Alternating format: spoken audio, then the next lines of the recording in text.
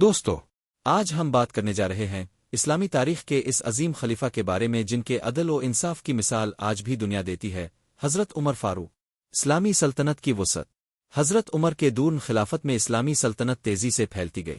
فارس، ایران، روم کے بڑے بڑے علاقے اور مصر تک اسلام کا پرچم بلند ہوا۔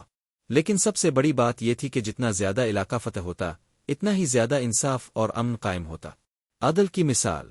اب کے عدل کی مثال دنیا آج بھی دیتی ہے۔ ایک مرتبہ ایک عام آدمی نے قاضی کے سامنے حضرت عمر کے خلاف مقدمہ پیش کیا۔ جب حضرت عمر عدالت میں پہنچے تو قاضی نے عزت کے لیے ان کے لیے الگ نشست رکھی۔ حضرت عمر نے فوراً منع کر دیا اور فرمایا، انصاف تبھی ہوگا جب خلیفہ اور عام آدمی دونوں برابر ہوں گے۔ عام لوگوں کا خیال۔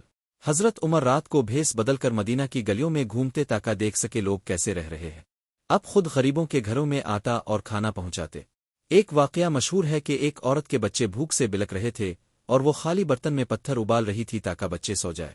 جب حضرت عمر کو یہ خبر ملی تو فوراً اپنی پیٹھ پر آٹے کی بوری اٹھائی اور خود اس کے گھر پہنچ کر کھانا پکایا۔ خوف اور محبت۔ حضرت عمر کے عدل کا یہ عالم تھا کہ اب کے دور میں نہ کوئی بھوکا سوتا تھا اور نہ کوئی مظلوم ظلم سہنے پر مجبور ہوتا۔ اب کا مشہور جملہ ہے، فرات کے کنارے اگر ایک کتا بھی بھوکا مر گیا تو عمر سے اس کے بارے میں سوال ہوگا۔ نظام نے انصاف۔ حضرت عمر نے پولیس کا نظام قائم کیا، بیت المال کو منظم کیا، عدالتوں کو ترتیب دیا اور فوج کے لیے باقاعدہ دیوان بنائے۔ یہ وہ بنیادیں تھیں جن پر آج کے جدید نظام حکومت کھڑے ہیں۔ وصال۔ 24 ہجری میں ایک غلام نے فجر کی نماز کے دوران اب پر خنجر سے حملہ کیا اور اب زخمی ہو کر شہید ہو گئے۔ اب کو رسول اللہ اور حضرت ابوبکر صدیق کے ساتھ مسجد نبوی میں دفن کیا گیا۔ اختتام۔ دوستو حضرت عمر فاروق کا دور ہمیں یہ سبق دیتا ہے کہ اصل طاقت تلوار میں نہیں بلکہ عدل و انصاف میں ہے۔